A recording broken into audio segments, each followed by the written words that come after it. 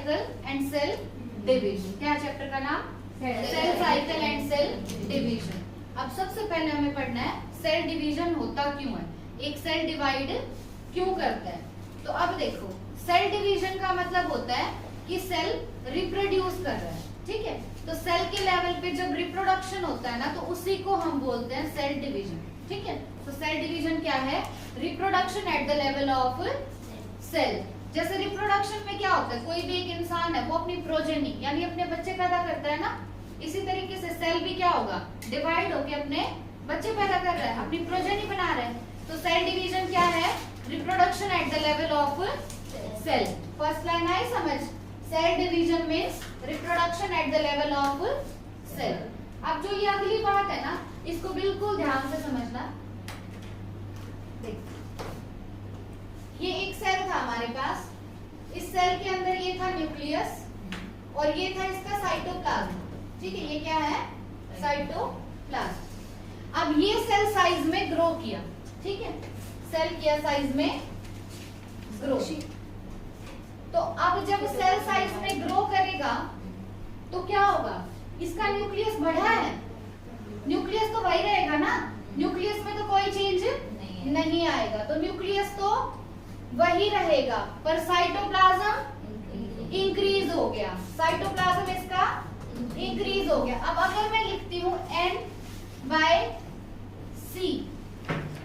Nucleus by cytoplasm, तो nucleus तो वही है पर साइटोप्लाज्म बढ़ गया। अब तुम मैथ्स में पढ़ते हो कि जब डिनोमिनेटर ज्यादा हो जाता है तो वो वैल्यू कम हो जाती है ना। जैसे यहाँ पे मान लो न्यूक्लियस था 2 और साइटोप्लाज्म था 4, ठीक है। अब यहाँ पे न्यूक्लियस तो अभी 2 ही है पर साइटोप्लाज्म हो गया 8। तो जब नीचे वाली वैल्यू बढ़ती है तो ओवरऑल वैल्यू कम हो जाती है, घट जाती है। तो जब एक सेल ग्रो करेगा साइज वाइज, जब एक सेल साइज में ग्रो करेगा तो न्यूक्लियस बाय साइटोप्लाज्म रेशियो कम हो जाता है, न्यूक्लियस बाय साइटोप्लाज्म रेशियो कम हो जाता है। अब दूसरा हमें देखना है surface area to volume ratio, ठीक है। अब देखो सरफेस एरिया क्या होता है, 4πr स्क्वायर, स्फीयर है ना, सरफेस एरिया 4πr स्क्वायर और वॉल्यूम 4/3πr क्यूब, ठीक है।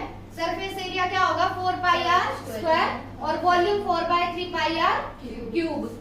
अब देखो इसकी रेडियस बढ़ी है ना, पहले रेडियस इतनी थी, अब रेडियस इसकी बढ़ गई, रेडियस बढ़ गई, ठीक है। तो क्या करेंगे, 4πr स्क्वायर बाय में 4πr क्यूब।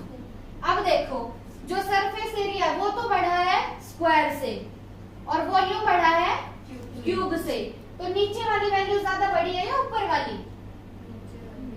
नीचे वाली। ज्यादा वैल्यू कौन सी बढ़ी है? नीचे वाली। तो surface area to volume ratio भी डिक्रीज हो गया।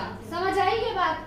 जब एक सेल साइज में ग्रो करता है तो न्यूक्लियस बाय साइटोप्लाज्म रेशियो भी डिक्रीज करता है और surface area to volume ratio भी डिक्रीज करता है, क्योंकि सरफेस एरिया तो बढ़ रहा है आर स्क्वायर से और वॉल्यूम बढ़ रहा है आर क्यूब से, तो डिनोमिनेटर ज्यादा बढ़ गया, डिनोमिनेटर ज्यादा बढ़ गया तो ओवरऑल वैल्यू कम हो गई। तो हमने क्या देखा कि जब एक सेल ग्रो करेगा, कैसे ग्रो करेगा, साइज वाइज, है ना। जब एक सेल साइज वाइज ग्रो करता है तो उसका nucleus by cytoplasmic ratio decrease होगा और surface area by volume ratio भी डिक्रीज होगा। तो हम चाहते हैं कि ये रेशियो डिक्रीज ना हो, हम चाहते हैं ये रेशियो हाई रहे, तो इसीलिए सेल डिवाइड कर जाता है, ठीक है। अब ये एक सेल था, इसका साइज इतना बड़ा हो गया था, तो अब तो इसके दोनों रेशियो घट गए थे, तो उस रेशियो को हाई रखने के लिए सेल में क्या हो जाएगा, डिवीजन। तो सेल डिवीजन का बेसिक समझ आया? सेल डिवीजन क्यों होता है, क्योंकि जब सेल साइज में ग्रो करेगा तो उसका nucleus by cytoplasmic ratio as well as surface area to volume ratio दोनों डिक्रीज होंगे, दोनों क्या होंगे, डिक्रीज होंगे। पर हमें उस रेशियो को हाई रखना है, उस रेशियो को हाई रखने के लिए सेल क्या कर जाएगा, डिवाइड कर जाएगा। समझ आया सेल डिवीजन क्यों होता है? तो पढ़ो इसको। देखो फर्स्ट लाइन तो क्या थी कि सेल डिवीजन डिवीजन का मतलब होता है reproduction at the level of cell. Second क्या है कि जब एक सेल ग्रो करेगा साइज में तो nucleus by cytoplasmic ratio decrease हो जाएगा और surface area to volume ratio भी डिक्रीज हो जाएगा, और इस रेशियो को हाई रखना है हमें, इसीलिए सेल डिवाइड कर जाता है। ठीक है, यही बेसिस है बिहाइंड द सेल डिवीजन, यही रीजन है कि सेल डिवाइड करता है। आइए बात समझ। उसके बाद एक सेल 3 तरीके से डिवाइड कर सकता है, एमाइटोसिस, माइटोसिस और मियोसिस। सेल कितने तरीके से डिवाइड कर सकता है? 3 तरीके से। बोलो, एमाइटोसिस, माइटोसिस और मियोसिस। 3 तरीके से सेल डिवाइड कर सकता है। फर्स्ट डिवीजन है एमाइटोसिस। फर्स्ट क्या है? एमाइटोसिस। अब एमाइटोसिस का मतलब होता है डायरेक्ट सेल डिवीजन। एमाइटोसिस का मतलब क्या है? डायरेक्ट सेल डिवीजन, कि ये एक सेल था और ये डायरेक्टली 2 में डिवाइड हो गया, बीच में कोई भी स्टेज नहीं आई। ठीक है, तो एमाइटोसिस में क्या होता है? बीच में कोई भी स्टेज नहीं आती। एक सेल था वो डायरेक्टली डिवाइड हो गया, बीच में कोई भी स्टेज नहीं आएगी। तो एमाइटोसिस क्या है? पहली बात तो डायरेक्ट सेल डिवीजन। और यहाँ पे जो न्यूक्लियस है doesn't pass through various stages, यहाँ पे न्यूक्लियस अलग अलग स्टेज से पास नहीं करेगा। न्यूक्लियस कैसे डिवाइड करेगा? डायरेक्टली डिवाइड कर जाएगा। ठीक है, तो इसको हम बोलते हैं डायरेक्ट डिवीजन। एमाइटोसिस को क्या बोलेंगे? डायरेक्ट डिवीजन, क्योंकि यहाँ पे न्यूक्लियस अलग अलग स्टेजेस से पास नहीं करता। उसके बाद during amitosis nucleus elongates, a constriction develops in the middle and ultimately divides into 2 parts। यहाँ पे क्या होगा?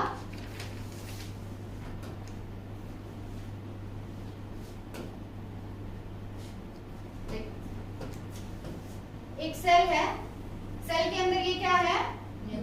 न्यूक्लियस। तो अब एमाइटोसिस में क्या होता है कि ये जो न्यूक्लियस है ना, ये इलोंगेट करेगा। इलोंगेट होने का मतलब यही होता है ना? न्यूक्लियस क्या कर गया? इलोंगेट कर गया। और जब इलोंगेट करेगा तो यहाँ पे कॉन्स्ट्रिक्शन डेवलप होगा, मतलब एक कट डेवलप होगा।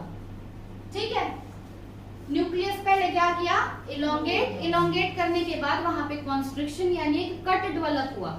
अब ये दोनों कट जब आपस में मिल जाएंगे तो कितने न्यूक्लियस बन गए? 2। कितने न्यूक्लियस बन गए? 2। और फिर यहाँ से ये सेल भी बीच में से डिवाइड कर जाएगा। तो कितने सेल बन गए? एक सेल ये और एक सेल ये। कितने सेल बन गए? 2। तो एमाइटोसिस में क्या होता है? पहले न्यूक्लियस इलोंगेट करेगा, वहां पे कॉन्स्ट्रिक्शन डेवलप होगा और फिर न्यूक्लियस 2 में डिवाइड हो जाएगा। आइए बात समझ। ये था एमाइटोसिस।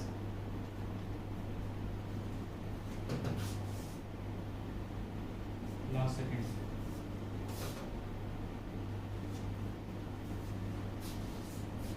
तो देखो, during amitosis nucleus elongates, a constriction develops in the middle and ultimately divides into 2 parts. In this division, nucleus material is not equally divided.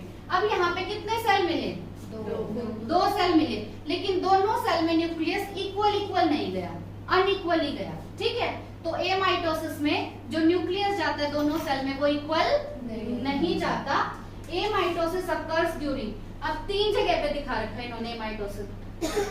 First है कि बैक्टीरिया के अंदर जब बाइनरी फिशन होता है, बाइनरी फिशन पढ़ा है तुमने कि बैक्टीरिया है वो 2 बैक्टीरिया में डिवाइड हो गया, तो जब बैक्टीरिया में बाइनरी फिशन होगा तो वो होता है एमाइटोसिस के थ्रू। किसके थ्रू होता है? एमाइटोसिस के थ्रू। सेकंड है कि जो पैरामीशियम है, पैरामीशियम के मैक्रोन्यूक्लियस के अंदर भी एमाइटोसिस होगा। कहाँ पे होगा? पैरामीशियम के मैक्रोन्यूक्लियस में भी एमाइटोसिस होगा। तीसरा है डिजीज्ड सेल। अगर कोई डिजीज्ड सेल है तो उसमें भी हो सकता है एमाइटोसिस। तो देखो, एमाइटोसिस हम देख रहे हैं 3 जगह पे होगा। पहला हमने देखा कि जब बैक्टीरिया के अंदर बाइनरी फिशन होता है तो होगा एमाइटोसिस। दूसरा, पैरामीशियम के मैक्रोन्यूक्लियस में होगा एमाइटोसिस। और तीसरा, डिजीज्ड सेल में होगा एमाइटोसिस। उसके बाद it is not a real method of division. हमारी एनसीईआरटी में शायद मेंशन भी नहीं है एमाइटोसिस। और एमाइटोसिस जो है वो डिवीजन का एक रियल मेथड नहीं है, क्योंकि दोनों सेल में न्यूक्लियस सेम अमाउंट में नहीं जा रहा। ठीक है, तो एमाइटोसिस आया समझ। उसके बाद आ जाओ मेन चैप्टर पे। अब हमें देखना है सेल साइकिल क्या होती है। देखो, the sequence of events by which a cell duplicates its genome, synthesizes the other constituents of the cell and eventually divides into two daughter cells is termed as cell cycle. Cell cycle में क्या होगा, यहाँ पे बहुत सारे events होते हैं लगातार, ठीक है। उन इवेंट्स में क्या होगा कि सेल खुद को डुप्लीकेट करेगा। डुप्लीकेट करना मतलब खुद की कॉपी बनाएगा, ठीक है। सेल खुद की कॉपी बनाएगा, खुद के किसकी कॉपी बनाएगा, जीनोम की। जीनोम क्या होता है, जेनेटिक मटेरियल। हमारे अंदर जेनेटिक मटेरियल क्या है, डीएनए। क्या है हमारे अंदर जेनेटिक मटेरियल, डीएनए। और क्या करेगा, जिनकी भी जरूरत है, जिन पार्ट्स की भी जरूरत है उनको सिंथेसाइज करेगा और फिर फाइनली डिवाइड कर जाएगा दो डॉटर सेल्स में। देखो सेल साइकिल में होगा क्या, एक सेल है, सेल जो है अपने जीनोम को यानी अपने जेनेटिक मटेरियल को, अब वो डीएनए भी हो सकता है और आरएनए भी हो सकता है, ठीक है। तो अपने जेनेटिक मटेरियल को डीएनए करेगा डुप्लीकेट, मतलब उसकी कॉपी बनाएगा। मोस्टली जेनेटिक मटेरियल क्या होता है, डीएनए, तो मोस्टली किसकी कॉपी बनेगी, डीएनए की। डुप्लीकेट होना मतलब कॉपी बनाना। तो सेल साइकिल में क्या होगा, बहुत सारे इवेंट्स चलेंगे। उन इवेंट्स में सेल अपने जीनोम की यानी जेनेटिक मटेरियल की कॉपी बनाएगा और जिन जिन चीजों की जरूरत है सेल डिवीजन के लिए उन सब चीजों को तैयार करेगा इन इवेंट्स में, ठीक है। उस पूरी प्रोसेस को हम बोलेंगे सेल साइकिल, ठीक है। तो सेल साइकिल क्या है, सेल तैयारी कर रहा है डिवाइड होने की, ठीक है। उस तैयारी को हम बोलते हैं सेल साइकिल, ठीक है। अब देखो, duration of cell cycle depends on cell type as well as type of organism. जो सेल साइकिल है वो कितनी देर की होगी, 10 मिनट, 20 मिनट, 1 घंटा, 2 दिन, कितने दिन की होगी, वो डिपेंड करता है कि सेल किस टाइप का है और ऑर्गेनिज्म किस टाइप का है, ठीक है। तो सेल साइकिल का टाइम किस पे डिपेंड करता है, दो बातों पे। पहला सेल किस टाइप का है और दूसरा ऑर्गेनिज्म किस टाइप का है। उसके बाद एवरेज ड्यूरेशन हमें दिया हुआ है सेल साइकिल का, वो हमें याद करना है। बैक्टीरियल सेल में सेल साइकिल होती है 20 मिनट की। कितने मिनट की, 20 मिनट की। यीस्ट में सेल साइकिल होती है 90 मिनट की। और यूकैरियोटिक सेल यानी जो हम हैं, जो यूकैरियोटिक सेल होंगे उनमें सेल साइकिल कितनी देर की होगी, 24 आवर्स की। बैक्टीरियल सेल में कितनी देर की है सेल साइकिल, 20 मिनट की। यीस्ट में 90 मिनट की और यूकैरियोटिक सेल में 24 घंटे की। प्रोटिस्टा क्या है, यूकैरियोट है या प्रोकैरियोट है, यूकैरियोट है, यूकैरियोटिक यूनिसेलुलर बैक्टीरिया। प्रोटिस्टा है यूनिसेलुलर यूकैरियोट, ठीक है। उसके बाद आ जाओ, अब बहुत इंपॉर्टेंट है, सब बिल्कुल ध्यान से समझना। सेल साइकिल जो है उसके दो पार्ट्स हैं। सेल साइकिल के कितने पार्ट्स हैं, दो। फर्स्ट है इंटरफेज और सेकंड है एम फेज। सेल साइकिल के कितने पार्ट, दो। पहला इंटरफेज और दूसरा एम फेज। अब जो 95% टाइम है ना वो चला जाता है इंटरफेज में और 5% टाइम जाएगा एम फेज में। अब देखो, जब हम खाना बनाते हैं घर पे तो 2 घंटे लगते हैं खाना बनाने में और खाना खाने में कितना टाइम लगता है, 10 मिनट, 20 मिनट, है ना।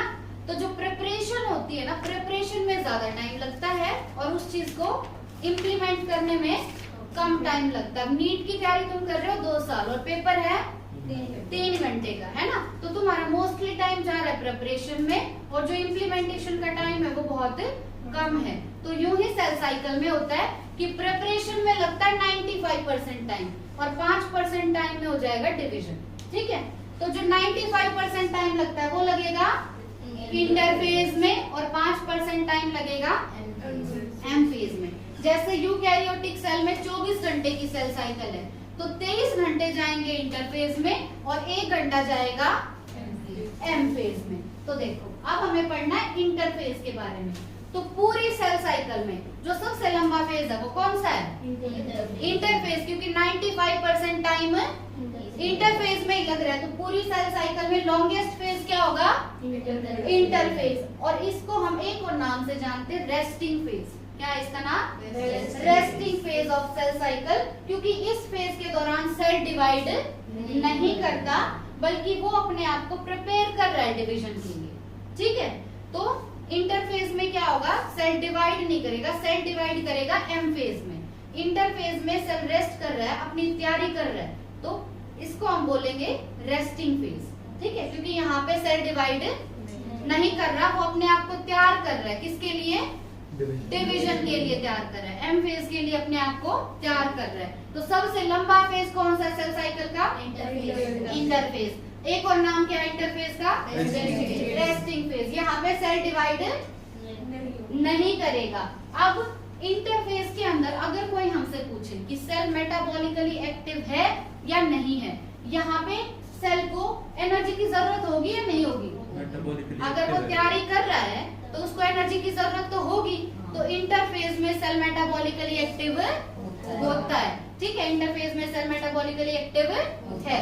उसके बाद अब इंटरफेज को भी डिवाइड कर दिया 3 सब फेजेस में। देखो सेल साइकिल के कितने पार्ट, दो। कौन कौन से, इंटरफेज और एम फेज। अब इंटरफेज के भी कितने फेज, 3 फेज है, G1, S और G2। सीरीज में याद करने बिल्कुल, क्या है 3 phase, G1 phase, S phase और G2 फेज। अब सबसे पहले आ जाओ G1 फेज में। G1 फेज को हम बोलते हैं post mitotic growth phase 1। G1 phase जो है वो क्या है, पोस्ट माइटोटिक ग्रोथ फेज 1। अब देखो, एक सेकेंड रुको,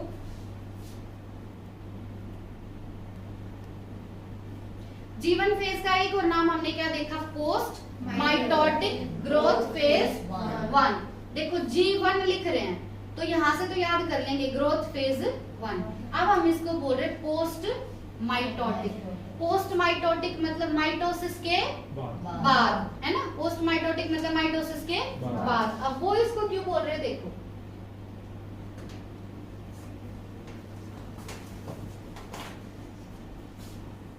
देखो जो हमारी सेल साइकिल चलती है ना, वो कैसे चलेगी, जैसे ये इतना फेज है, मान लो G1, ये है S, ये है G2 और ये है M। अब यहाँ पे मैंने 95% टाइम किस में दिखाया है, इंटरफेस। कोई नहीं, बोलो बोलो बोलो। G1 फेज है, वो आपने वहाँ पे लिखा हुआ था, अभी मैंने पढ़ा, लॉन्गेस्ट फेज है इंटरफेज में। आपने G2 नहीं, ये मैंने बस तुम्हें समझाने के लिए बताया है, एक्यूरेट नहीं बनाया मैंने। यहाँ पे देखो इंटरफेज क्या है, बिल्कुल लंबा। 95% कहाँ गया टाइम, इंटरफेज में, और 5% कहाँ गया, एम फेज में। अब इंटरफेज भी 3 फेजेस में डिवाइडेड है, कौन कौन सा, G1, S और G2। अब देखो ये है माइटोटिक फेज, एम फेज मतलब माइटोटिक फेज। तो जो G1 है वो माइटोटिक के बाद में है ना, G1 क्या है, माइटोटिक के बाद है, तो इसीलिए इसको क्या बोलते हैं, पोस्ट माइटोटिक, क्योंकि ये हमें कहाँ दिख रहा है, माइटोसिस के बाद दिख रहा है, ठीक है। तो इसीलिए G1 का नाम क्या है, पोस्ट माइटोटिक ग्रोथ फेज 1।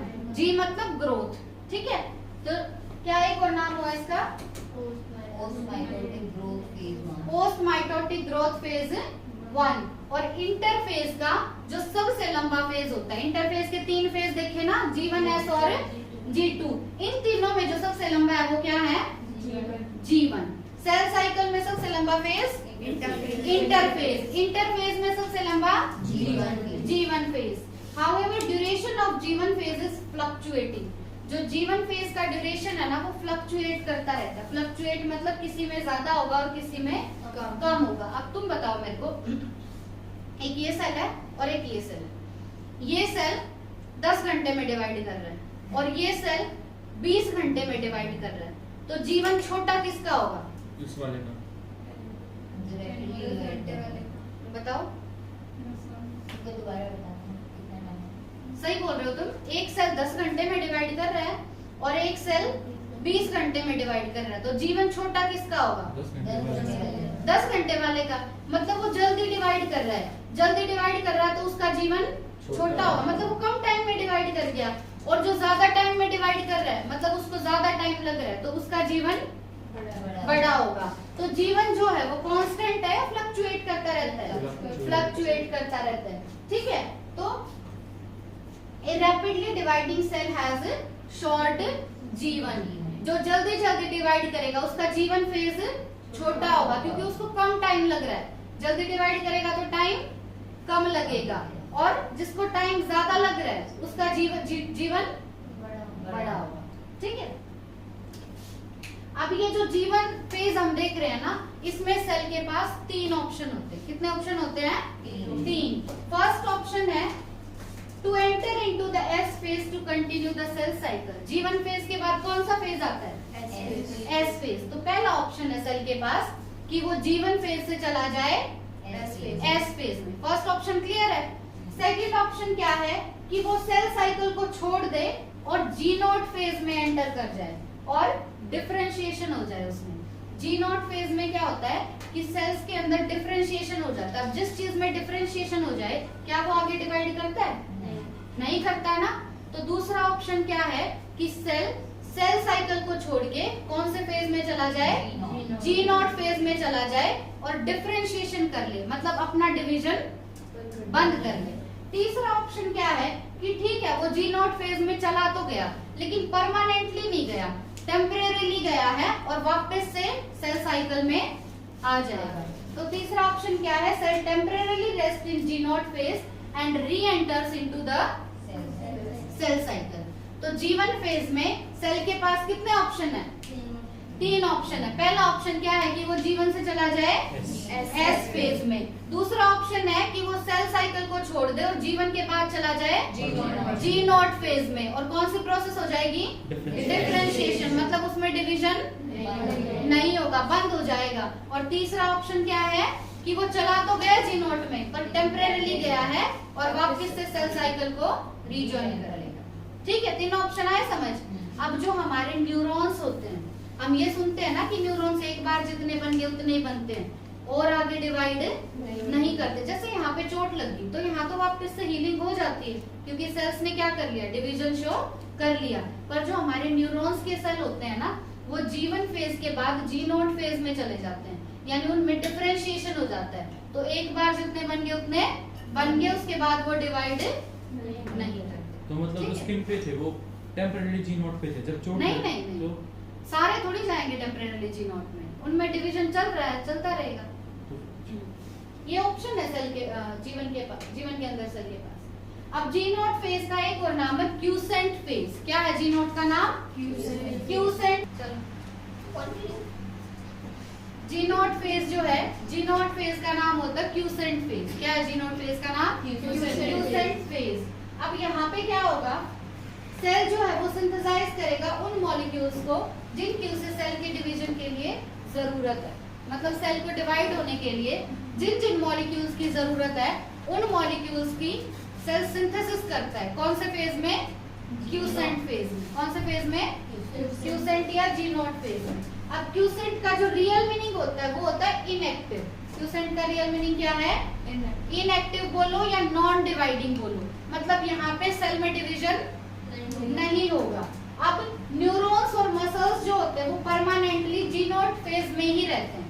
जो न्यूरोनल सेल होते हैं और मसल सेल होते हैं वो परमानेंटली कौन से फेज में रहते हैं? जी नॉट फेज में, मतलब उनमें डिवीजन नहीं होता। उसके बाद आ जाओ इंपॉर्टेंट इवेंट्स जो जीवन फेज के दौरान होंगे। फर्स्ट है duplication of most of the cell organelles. अब सेल ऑर्गेनेलीज हम सेल वाले चैप्टर में पढ़ेंगे। जैसे सेल के अंदर क्या होता है? बहुत सारी ऑर्गेनेलीज होती हैं। अब हमारे अंदर भी अलग अलग ऑर्गन है ना, जैसे लंग्स है, हार्ट है, किडनी है। इसी तरीके से सेल के साइटोप्लाज्म में भी अलग अलग ऑर्गेनेलीज होती हैं। जैसे माइटोकॉन्ड्रिया हो गया, है ना, प्लांट सेल होता है उसमें क्लोरोप्लास्ट प्रेजेंट होगा। ये सब वर्ड सुने हुए तुमने? तो इनको हम बोलते हैं सेल ऑर्गेनेली। क्या बोलते हैं?